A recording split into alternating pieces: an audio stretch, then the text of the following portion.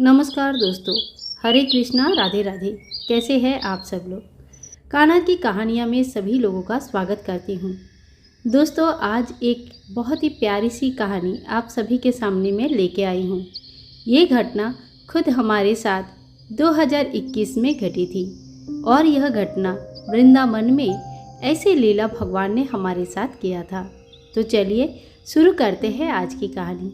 परंतु अभी तक अगर आपने सब्सक्राइब नहीं किया है तो प्लीज़ हमारे चैनल को सब्सक्राइब करें, हमें सपोर्ट करें और चैनल के साथ जुड़े रहें। 2021 की बात है। अचानक से ही हमें वृंदावन जाने का एक मौका मिल गया। ठाकुर जी की कृपा से हम वृंदावन भी आ गए। सच नहीं मानोगे, कोई भी ट्रेन में कोई टिकट नहीं अवेलेबल थी। सिर्फ एक ही ट्रेन में 4 टिकट अवेलेबल थी और हमें सिर्फ 4 ही टिकट चाहिए था। ऐसे कोइंसिडेंस हमें बिल्कुल कभी देखा नहीं है और चारों टिकट भी एक साथ हमें मिला, क्योंकि हमारे साथ 2 बच्चे भी हैं तो हमें साथ में टिकट चाहिए था। ठाकुर जी की पहला कृपा तो यहाँ पर हो गया। और इसके बाद जब हम ट्रेन पकड़ने गए तो वो हमारा स्लीपर क्लास का टिकट था, क्योंकि कोई भी एसी में कहीं पे भी टिकट नहीं मिल रही थी।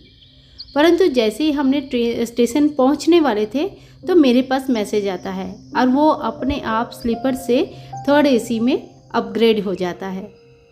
ये भी एक ठाकुर जी की कृपा ही थी। ठाकुर जी को स्लीपर क्लास में जाना बिल्कुल पसंद नहीं होगा, शायद उनको एसी में जाना होगा, तो उन्होंने अपनी टिकट एसी में करवा लिया और उनके साथ साथ हम भी चल दिए। मैं यही मानती हूँ कि ठाकुर जी की कृपा के बिना ऐसा नहीं होता है। इसके बाद हम वृंदावन पहुँचे। वृंदावन तो हमें बहुत ही प्रिय है। वृंदावन पहुँचते ही ऐसा लगता है जैसे अपने घर आ गया। बहुत ही ज़्यादा अच्छा लगता है।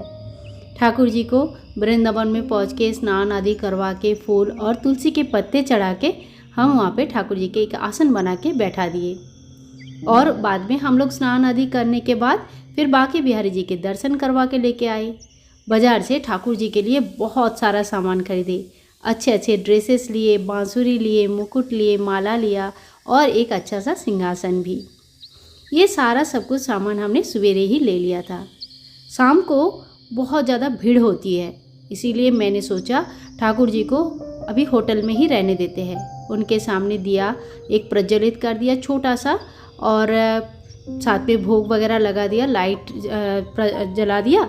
और जैसे ठाकुर जी को कोई तकलीफ़ ना हो ऐसे, क्योंकि कहाँ उनको धक्का लगेगा, कहाँ लेके जाऊंगी, मार्केट में बहुत भीड़ होती है, ऐसा सोच के मैंने उनको घर पर बैठा दिया, घर यानी होटल पर। और फिर हम लोग चले गए। ठाकुर जी की आँख का जो मेकअप था वो उस समय ख़राब हो रही थी, तो मुझे बहुत मन था कि हम वृंदावन आए हैं तो इनकी आँख का मेकअप हम करके जाएंगे। यानी कि आँख जो ड्राइंग करते हैं ना, प्रोफेशनल बहुत अच्छे से ड्राइंग कर देते हैं, उनसे हम करवा के लेके जाएंगे। परंतु दुकान ऐसा शॉप कहाँ है वो नहीं पता था, तो वो भी हमें ढूंढनी थी। ऐसा करते करते हम लोग मार्केट में आके शॉप ढूंढने लगे, तो देखा कि बांके बिहारी जी की जहाँ मंदिर है वहाँ से एक गली छोड़ के ही ऐसा एक शॉप है जो बहुत अच्छे से आँखों का ऐसा पेंटिंग वगैरह कर देते हैं। मैंने भैया से बात कर ली। भैया ने बोला कल सवेरे लेके आना और हम कर देंगे पेंटिंग। कोई बात नहीं, ज़्यादा समय नहीं लगता है। मैंने पूछा कि पेंटिंग के बाद उनकी प्राण प्रतिष्ठा दोबारा करनी है। भैया ने कहा यहाँ पे तो बहुत लोग ऐसा करते हैं, उसके बाद बांके बिहारी जी के दर्शन करवा लेते हैं और फिर जमुना में जाके थोड़ा सा उनको स्नान करवा लेते हैं। ठाकुर जी को फिर से वृंदावन में बुला लेते हैं कि ठाकुर जी तुम अपने इस विग्रह पर फिर से विराजमान हो जाओ ताकि हम आपकी सेवा कर सके। तो ऐसे मन के भाव से ठाकुर जी को हम मूर्ति में फिर से बुला लेते हैं। मुझे भी उनकी बात बहुत अच्छा लगा और इसी तरह से हमें दुकान भी मिल गई। अब हमारे पास काफ़ी समय था।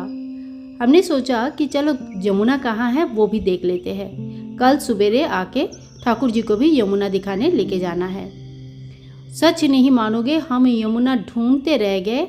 सब बोल रहे कि राइट जाओ, लेफ्ट जाओ, इधर घूम जाओ, आगे ही है, बस 5 मिनट की दूरी है। लेकिन सच नहीं मानोगे कि पूरे 1.5 से 2 घंटे तक हम लोग घूमते रहे पर हमें यमुना मिला ही नहीं। शायद ठाकुर जी को मन नहीं था कि जब मैं साथ में नहीं हूँ तो तुम्हें यमुना कहाँ से मिलेगी। बात कुछ ऐसे हो रही थी। पर हमें जब समझ में आया तो 1 घंटे के बाद मैंने अपने पति से कहा कि देखो आज तो हमें यमुना नहीं मिल पाएगी। बोला ऐसा क्यों, यमुना नहीं मिल पाएगी, ऐसा भी कभी होता है? मैं बोला हो रहा है, देखो 1 घंटे से घूम रहे हैं, यमुना नहीं मिल पा रही है। कल हम ठाकुर जी को लेके आएंगे तब हम चलेंगे। बोले ठीक है चलो, बहुत समय भी हो गया। और हम लोग थोड़ा सा पेड़ा वेड़ा ले लिया ठाकुर जी के भोग के लिए। ठाकुर जी को तो वृंदावन की पेड़ा इतना पसंद है ना, क्या बताऊँ। आप जाओगे तो ठाकुर जी के लिए वृंदावन का पेड़ा का भोग जरूर लगाना। तो ठाकुर जी के लिए भोग लेके हम होटल में वापस आ गए और वापस आके फिर ठाकुर जी के सामने पेड़े के भोग लगाया। ठाकुर जी को लिए थोड़ा सा खिलौना भी लाए थे, घोड़ा लाए थे। तो ठाकुर जी के सामने खिलौना रखा और बोले ठाकुर जी तुमने तो कमाल कर दिया, आज हमें यमुना देखने ही नहीं दिया। अब कल साथ में जाओगे जल्दी जल्दी ले जाना। ठाकुर जी भी मुस्कुरा रहे थे। और अगले दिन सुबह फिर हम लोग निकले उनकी आई मेकअप के लिए। तो सुबह सुबह हम लोग आ गए वृंदावन में मार्केट में। सबसे पहले हमने बाके बिहारी जी की दर्शन की और उसके बाद ठाकुर जी को लेके उनके जो मेकअप वाले शॉप था वहाँ पे चले गए। वहाँ पे ठाकुर जी की मेकअप हो गई बहुत जल्दी। भैया ने कहा थोड़े देर इनको अच्छे से सूखने दो, कहीं धक्का मत लगाओ और एक जगह अच्छे से रख दो, इसके बाद यमुना दिखा लेना।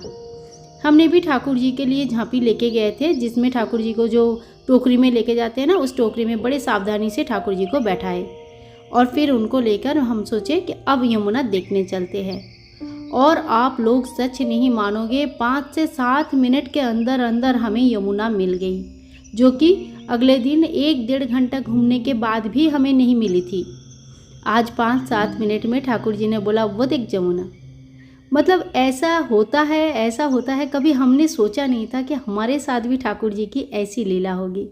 ठाकुर जी तो सच्ची में एकदम कमाल के हैं, बहुत ही प्यारे हैं, बहुत ज़्यादा।